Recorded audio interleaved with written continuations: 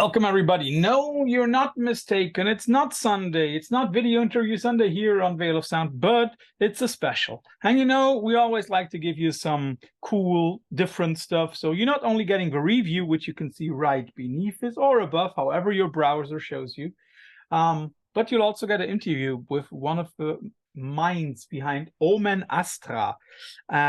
So we got Dave here. Thanks for joining the show. Oh, thank you. Thanks for having me. Yeah, it's our pleasure. First question, always the same. What is the band shirt or merch or whatever you are wearing today? Let's see. This is Dying the Light. This is actually a project that I have. It's a sort of a black metal project with the singer from Chokehold, and it's just a recording project that we did a couple of years ago. Put out one record. And it's the one that fits me the best, so that's why I put it on. Okay. Yeah, and if anybody asks, I'm wearing one of those like early 2000s Alice in Chains shirts right after their reunion. I know nobody's interested in what I wear, but still, I always like to push some bands. Dave, where are we catching you right now? I'm in Montreal. Oh, okay. Yeah, you go ahead. I moved here about a year ago to go back to school. So you're going to university? Yeah. And studying what?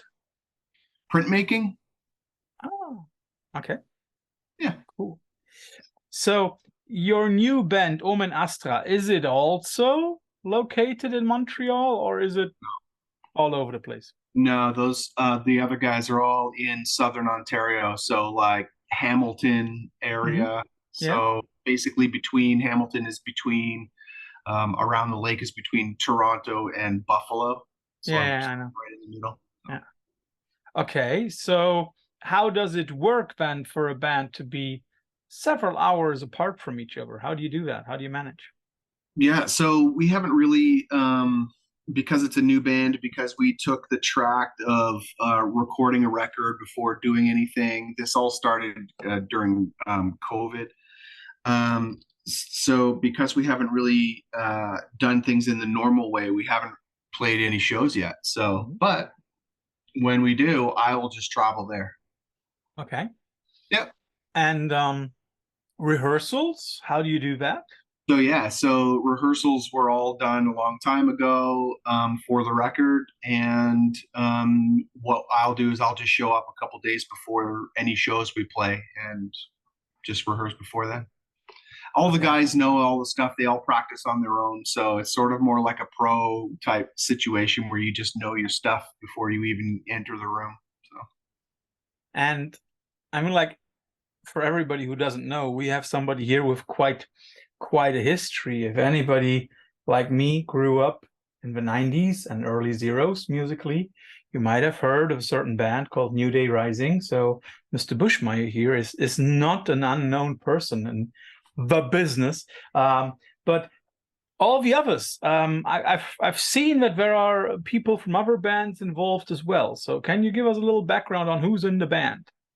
Yeah, so our singer is Chris Gray. Chris was in New Day Rising as well with me, and he was in a band called the Black Maria, who were on Victory Records. And our drummer and our bassist were also in the Black Maria, and our guitar player is Trev, and Trev was in New Day Rising and Spread the Disease with me as well. So. Drummer also is Theo, and Scott is playing bass. So it sounds like an intertwining of two bands, right? Yeah, that's right. Is that then also having a positive side effect that, just like you said, the guys know what they have to do, or everybody knows what he or she, he has to do. So it's easier to get along with rehearsals, with recording, and all of that stuff. So because we know each other, and with the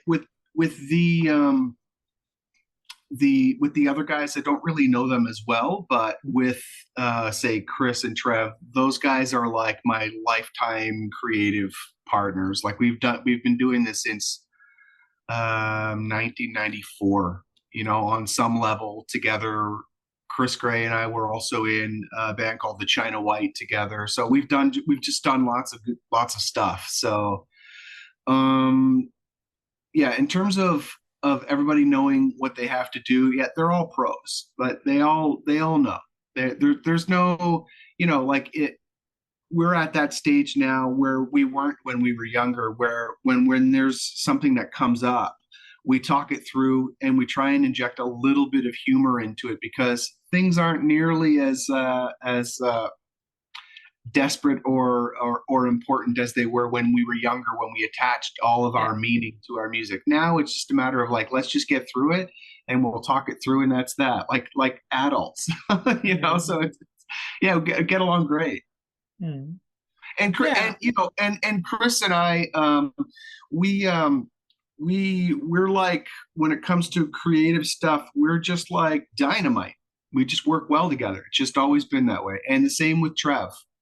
Trev and I are like riff brothers.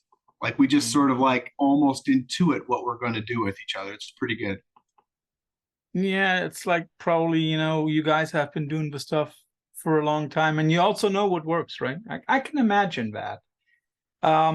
You spoke about the pandemic also playing its role for the band. So would you say that the pandemic has had a positive or has had a negative effect on you as a band? In terms, I don't think the band would have existed if it wasn't for the pandemic. The pandemic had this effect on me. So here, the bit of the backstory is that I lived in Philadelphia for a long time, because I was married to an American. So I lived there for a long time. I was a plumber. I was miserable in Philadelphia. I was miserable as a plumber. It was absolutely the wrong thing for me to be doing, even though I was good at it. And so I ended up quitting plumbing and moving back to Toronto. But I moved back to Toronto right before the pandemic. And so what happened was I was in Toronto and I was unemployed when I was in Toronto, and then the pandemic hit and nobody was hiring. So I was like, oh my God. So life took a downhill turn for me very quickly. And in that process, I started doing more printmaking, et cetera. I had been doing printmaking for years, but I had been doing more printmaking and selling prints. And that's how I was able to survive, believe it or not. Like I hustled. But at some point during that pandemic, some serious depression was just kicking my ass a little bit. So, at some point I was like, I really need to turn what I'm doing into a positive. I really need to like turn this around. And of course, music has always been that thing that has created at least a little bit of spark or happiness in me. So I just started writing on my own, and that's how Omen Astra started. So without the pandemic, I probably wouldn't have even tried to go down this road. Most of the music I've written since since the 90s was either black metal inspired hardcore, like Blackened hardcore, or it is the opposite. It was like space rock, very trippy stuff with lots of delays and so to me, to write a super heavy, slower record with and not only just a couple songs, but like an entire record, I crafted the whole thing from beginning to end when I was writing.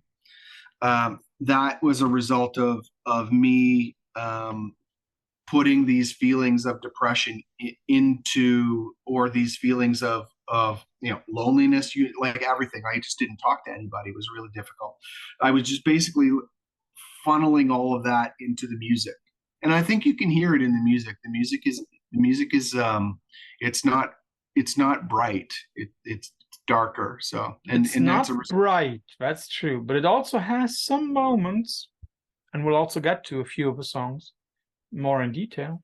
It has some moments where I was startled, and I sat down and I was thinking, back in my little Latin schooled head, I was thinking Astra, Astra, Astra. And then it dawned on me, there is a very classical Latin saying, per aspera ad astra, which means something like through hope to the stars. Right. Is there something of that star sensibility giving and spreading hope for you in the band as well?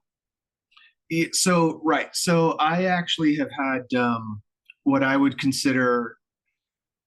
So I can answer this in two different ways. One, when I write heavy music, I often write in major as opposed to minor. And so it automatically gives things a little bit of like a happier or a more hopeful feeling, even though it's heavy and it sounds like crushing. Yep. I often use major scale, and so to me, that's me adding a little bit of sort of that not pop, but a little bit a pop sensibility into metal or into hardcore.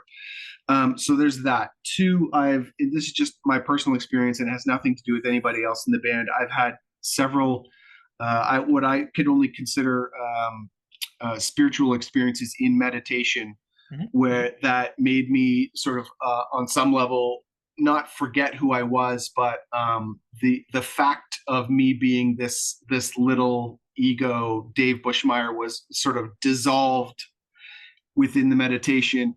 And that to me is what my printmaking work is all about, but also that informs me about how I end up sort of producing other art as well. And so to me, that hope comes from that experience in meditation, because the opposite is also true, but it sort of needs a counterbalance. Like every day of my life, I live in some level of discomfort or pain, probably as a result of doing plumbing for 20 years or whatever, having issues with my joints or whatever. So to me, it's important to find little moments of hope, you know what I mean? To sort of balance the fact that, like, you know, my lower back or my left knee is like somehow always giving me problems or whatever. Yeah. So the body of a 60-year-old. Yeah, you're absolutely right. There is hope in it, and even though it is dark, even though it comes from a place of pain, there absolutely are little rays of light popping through. That's all. This is the best way I know how to say it. No, that's totally fine. Let's cut to a few of the songs. And by the way, for everybody, you know, the end of everything has been out since May. Listen to it, and I'm pretty sure you will find some things on there which are very different from what you've heard, for example, with New Day Rising, also with Spread the Disease. The end of everything and Omen Astra itself, to me, sounds pretty much like a sludge record. It's very, very heavy, and yet there is something, or there are a few tracks on there which are sludge as a basis, but then they add on a lot of other stuff. For example, Who's Been Painting My Roses Red? That sounds as if you are emulating everything that you liked about Cave In, Failure, and Hum into one song. Wow, that's amazing. Just to even talk about Omen Astra and Failure and Hum, especially in the same sentence, is like, okay, thank you. Thank you. But it is spacecore, isn't it? Yeah, I mean, this is when I was in Philadelphia, I was in a space rock band called The Formless Form, and that band is where I learned a little bit about patience in music. You know, a little bit about, you know, you don't need to have everything unfold in 3 minutes in order to say what you need to say. Sometimes you need to write an 800 page book rather than a little pamphlet. Sometimes things take time in order to unfold in a proper way. So yeah, absolutely. There's definitely spacey elements to it, and that's just because those, you know, Pink Floyd is probably my favorite band of all time, and so on some level, and maybe I'm trying to like pull a little bit of that into what I'm doing. But yeah. Yeah, to me, the first comparisons that I would have drawn would be Hum's. What is the record with stars? Astronaut, something like you want to be an astronaut or so. That was my first initial reaction, and the second one was Cafin's Jupiter. Okay. Did any of those records play an influential part on writing the song? I'm pretty sure not, right?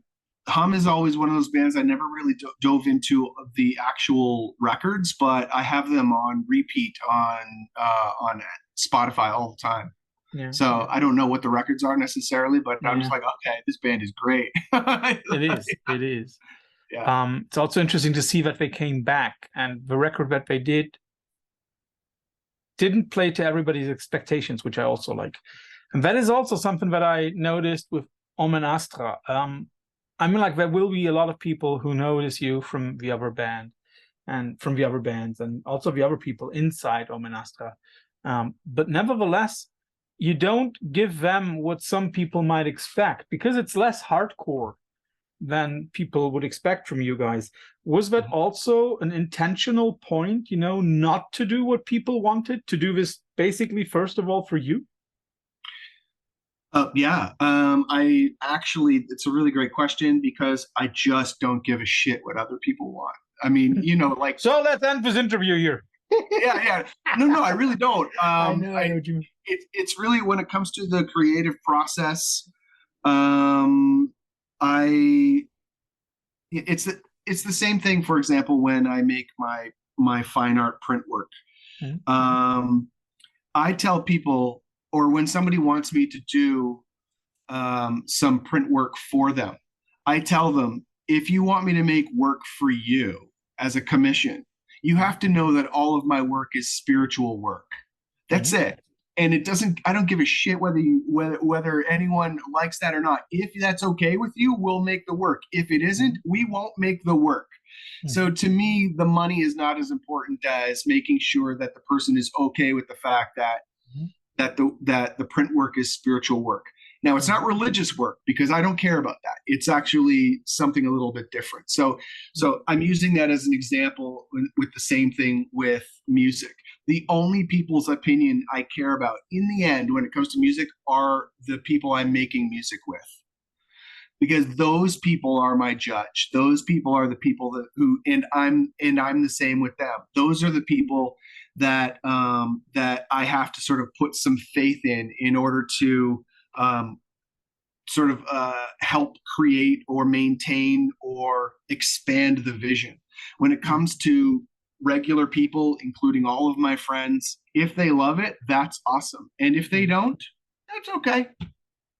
So yeah, so I just don't, the other people's opinions it's just not, it's not a factor when I'm writing anything at all, ever. Honest question, you said that you had to hustle a lot at the beginning of the pandemic when having moved to Montreal and trying to make a living with the printing. Were you also able to keep that awesome integrity at that moment, or did you then also at one point or another have to sacrifice loyalty, integrity, and artistic vision for making the buck? Well, what I did was I didn't do, during the pandemic, I didn't do any what's the word I'm looking for? I didn't make work that other people wanted. I made work no commission pieces. Yeah, that's right. I made work for me. And if they liked it, then I would sell it to them. That's really how it worked. It was all based on social media, of course. And of course, I'm super thankful. There are many people who own my prints now that I'm like, this is amazing. Like Mike DeSalvo from Cryptopsy, the singer from Cryptopsy. Yeah. He owns my work. Like he loves it too. So, like to me, it's like having my work on other people's walls was such a huge, important thing for me as an artist. But ultimately, I never changed the tone of what I did for other people, and that's important to me. That doesn't mean I have to talk about it. That doesn't mean I have to make it clear or known, or I'm not here to spread the good word or any of that. I just don't care about, I'm not here for that. I'm just here to make art and music inspired by my experiences in meditation. That's really what it boils down to. And Omen Astra is in that sphere as well. The slowness that everything unfolds, the fact that when you listen to it from the beginning to the end, it has an arc. There really is this sort of this sense that there's a big story being told. And that's all informed by I would say my experiences in meditation, for sure. You also hinted at something that I can totally agree on, that institutionalized faith is nothing for you or for me. Spirituality doesn't necessarily have to do something with church. Nope. And now I might poke a little bit. And then on the fourth track, on City That Burns, you all of a sudden use the line, glory, glory, hallelujah. Oh, wait. I think you cut out. I was just glitching. So we have to cut that. So I have to poke a little bit here. You said that, spirituality doesn't necessarily have to do anything with institutionalized religion. And then on The City That Burns, you all of a sudden use glory, glory, hallelujah. Yeah. That's Chris. Chris, one thing you got to know about Chris is he's always using the opposite voice in much the same way I would say that Mike Patton does. Mike Patton often uses or Nick Cave. Nick Cave often uses the voice of the protagonist, or often uses the voice of the victim, or the voice of somebody else that's not necessarily his voice. Yeah. Chris does that a lot, and it's one of the things I really love about Chris, because one thing that hardcore is not really big on is the performative aspect. And the one thing that metal is really big on is the performative aspect. Yeah, and this is what I really actually like, the performative aspect. I don't think it's any less real because it's performative. And this is also because I'm an artist and I see that performance art has real value. And it's where I sort of step away from the traditional hardcore thing. They're literally like, everything must be real, but or come from a real place, or must be by the numbers on some level. And to me, I just don't I don't play along with that. I never really have. I've always on some level been an outsider when it comes to the hardcore world, because to me it's a little limiting. And so coming back to Chris, I really, really like how he has this performative, playful aspect to what he does when he writes lyrics, for example, in the same way that Nick Cave does, or other people that I really appreciate. And also because Chris is such a great vocalist. I mean, the guy's 40-something and he kills it, unlike he ever did when he was younger. It's absolutely amazing how great he sounds on that record. And him being older, a little bit more wiser, attacking that song from those angles, to me, not to hype up my band, but just to give him all credit due. On some level, he's kind of a genius. And people use that word a lot, but he really is a hell of a lot more intuitively on top of what I'm talking about than most singers or most people. He's fantastic. So yeah, that's the answer. The short answer is he's got a performative role to play even in his lyrics, and I love it. You've already spoken about the vocals and the vocal lines on the record. Is it just my old guy hearing, or am I hearing 3 different voices on some of the tracks? Yeah, so what he's done is he's using an old production trick, which is a lot of times if he's doing a scream, he will try and do maybe a lower scream to sort of fill things out a little bit. So there are multiple voices on some of the tracks, and he meant it that way too, because he's essentially on some level saying to me, here's where you should scream too, man. And I'm like, oh, okay. We'll see. Yeah, because it's noticeable, you know, there are some very clean passages, there are some hardcore inspired, I would say like metalcore passages, and then there are even some metalish, I don't want to say black metal, but some very high shrieks in there as well, which is very, very nice. You know, it's very playful when it comes to vocals. I like that a lot. Um, I what can just tell you, sorry, I didn't mean to cut you off, but during the recording of this whole thing, and he was coming up with all of his stuff because, like most singers, they like to do it after the song is done.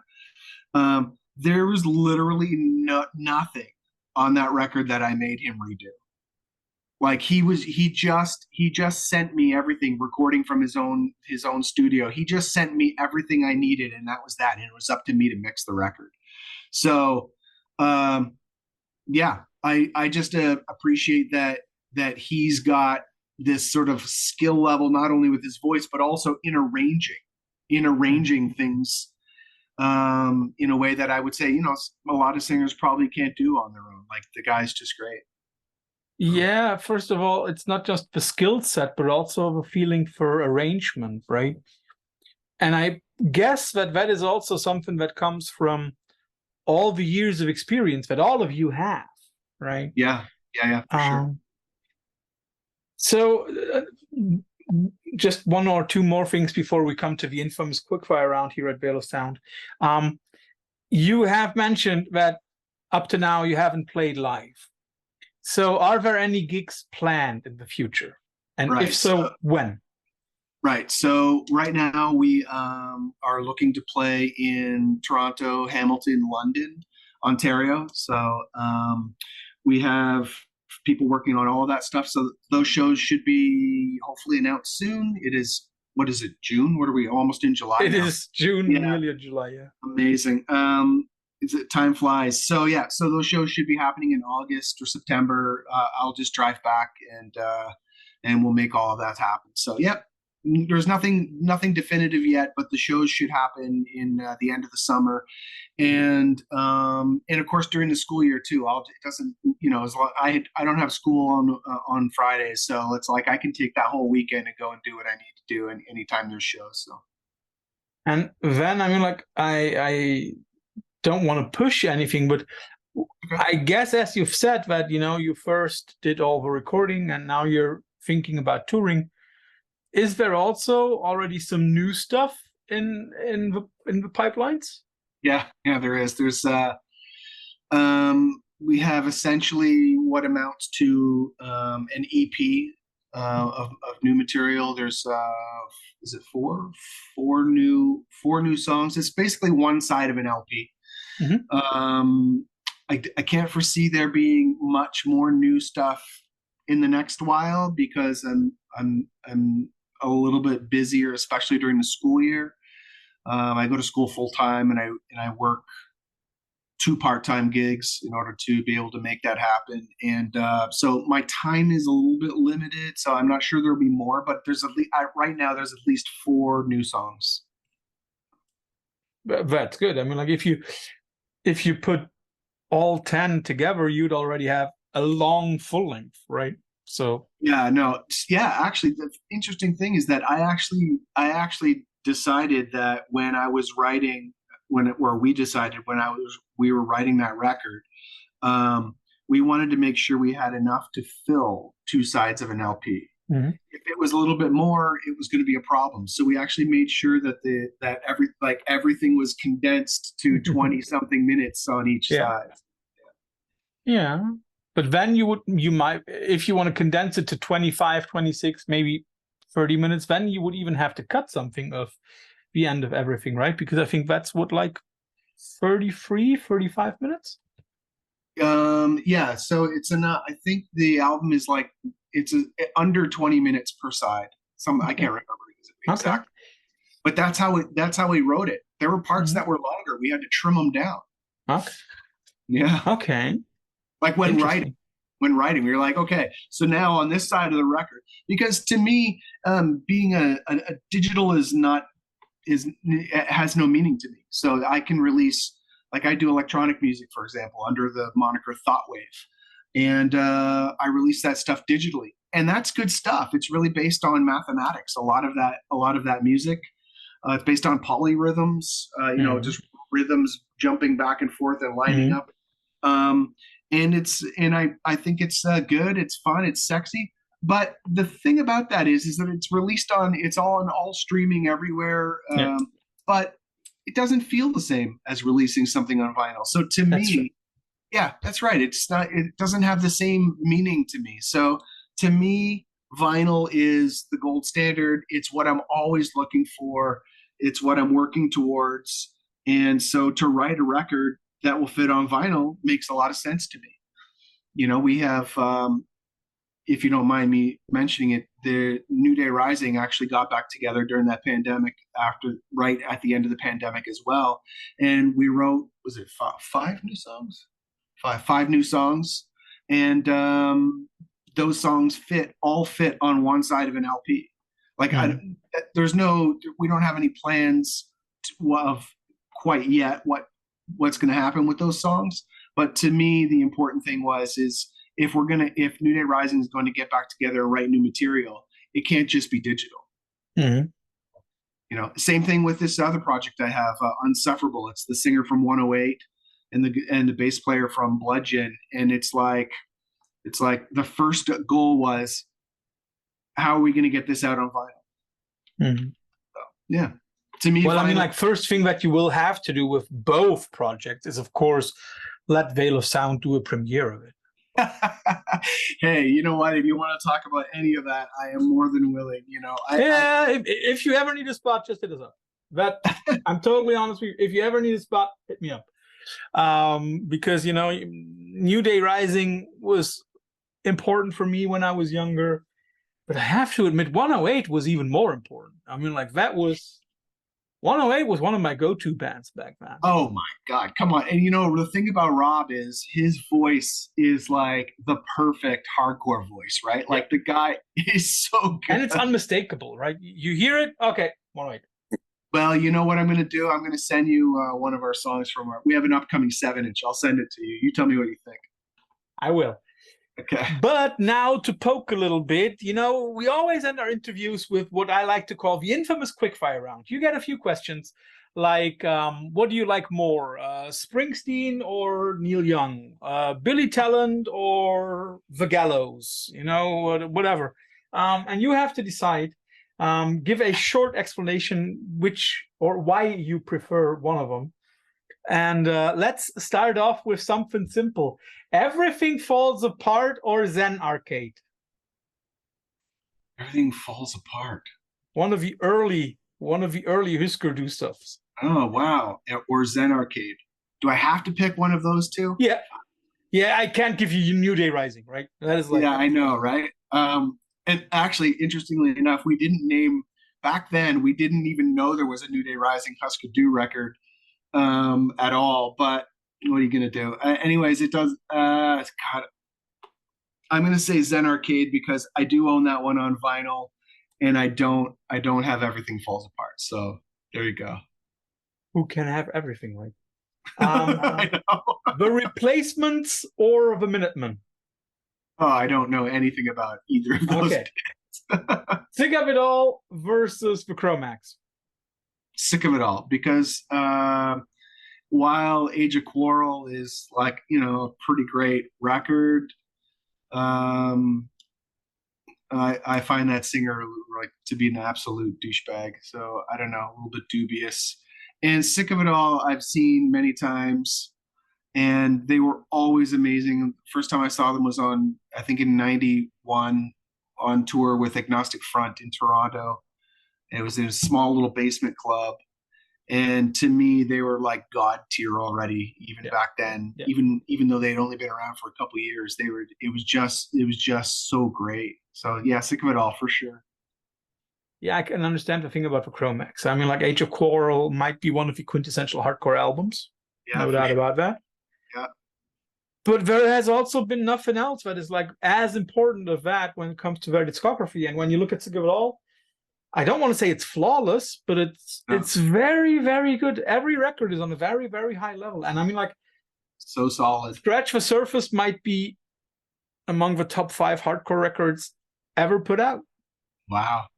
I would say. Yeah, of course, I love that record. And and with the Cro-Mags, it's like, like I feel a little bit with that singer being Yeah. I don't know, man, that dude's just like not right. So I don't know.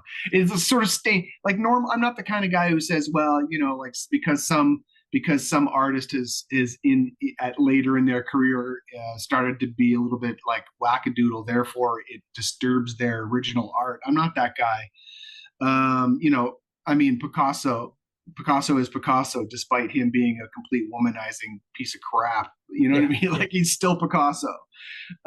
So, I don't know. Yeah, doesn't matter. Let's But just go yeah, with, I know what you mean. There is something about John Joseph, which is yeah, it's not right. yeah. That dude's not right. Let's get back. You've already mentioned Agnostic Front, and it's funny that you do, because of course I have to make you decide between the brothers, Madball or Agnostic Front. Agnostic Front, hands down, no doubt about it. No doubt about it. Madball was never my thing. Just don't care. Just don't care. I can understand bits of it. I like Set It Off. That's a good hardcore record, I think. But I still believe that some of the best stuff some of the Madball guys have done is that hip hop collaboration with Toby from H2O, Hazen Street. That's awesome. We have been talking a little bit about metalcore, and I think that there is no other label as metalcore important than Victory Records, at least to me. People might say, okay, you have to say Trustkill, but I don't care. Okay. Snapcase on the one hand versus a German band that I have to push at least once in a while, Waterdown.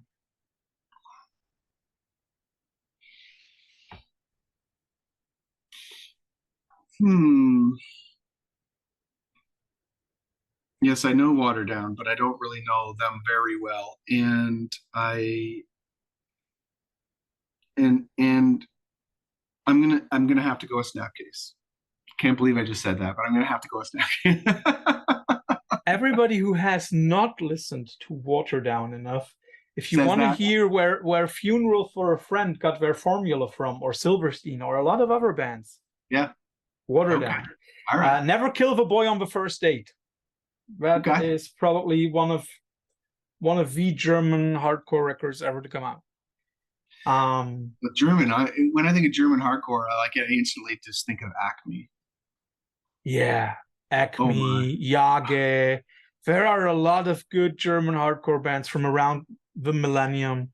Like the Bremen thing. Yeah, exactly. The Bremen scene, right? That was an awesome scene, and I still remember having seen a lot of those bands back in the day, and it was always a little bit chaotic. Yeah. Always, Oh. but it was also always very, very good. Oof. There's something about that intense vocal delivery where you can never understand one word they're saying, and it doesn't matter. Their voice is another instrument. It's so great. It's so good. And I also know from a few of the guys that one band that influenced them a lot is also from New York, and very many of them say like 25 to Life. Wow. And because if you listen to Rick, there is something in there. There is something in Rick's deliverance which is very, very unique. A few more, and then I'll also let you go and do your stuff. Rites of Spring or Fugazi? Fugazi. Yeah. I would say that Fugazi has put out 3 or 4 perfect records. Yeah. And Rites of Spring has put out 1. Yeah, they only have 1. That's right. I mean, like, the percentage speaks for Rites of Spring. No, but the staying power is Fugazi for sure. Yeah. Yeah. Last one, and that is something which is more directed into the line of which kind of music you're making now, or which sounds a little bit more like the music you're making now. Neurosis or ISIS? And I'm very sure that neither of them influenced your songwriting. No. You're actually wrong. Neurosis Yeah, Neurosis was the band I was listening to the most when I was writing the riffs for Omen Astra. And to me, I would often say to myself, what would Neurosis do? Like I'm writing, I'm like, what would be the angle? Not what riffs would Neurosis write, or what would, what kind of songs would they write, but what would be if Neurosis was going to write a hardcore metal hardcore record rather than their whatever it is that they do. I can't even classify that music. If they were to write that in my style of writing, what would they do? And so, yeah, I would say that Neurosis was a huge inspiration for me, but not because I'm a fanboy, not because I think they're, the best thing ever, but only because the vibe that they put off is something I was trying to tap into. Mm. You know what I mean? Like that's why the Omen Astra record has a lot of field recordings and a lot of water and a lot of field recordings of or just noise, because I was trying to tap into the same feeling I get when listening to Neurosis. So yeah, huge inspiration. Isis, not so much of an inspiration, though I have all of the respect in the world for that band. And I've actually recently gone back and listened to that band. And I'm like, oh, wow, I just sort of missed the boat on Isis a lot back in the early 2000s. So, yeah. Yeah, that's a good question. Very good question. Neurosis for sure. So, Dave, thanks for all the time. Thanks for the music. Everybody out there, I can only repeat what I've said before. Listen to The End of Everything by Omen Astra. You find it also on streaming. I have to admit that. So if you want to check that one out, do so. If you like it, drop them a message, buy some of their stuff, and, be a friend, tell a friend. And if you liked this interview, if you like the review, if you like our site in general, drop us a message, drop us some kind of feedback on our socials. If you want to support us a little bit more, check out our website. You'll find our link to our Patreon there. And otherwise, for everybody else, The End of Everything, Omen Astra, great record. Dave, your chance for final last words. I would just say, I just want to say thank you to the record labels that have put so much faith and trust in me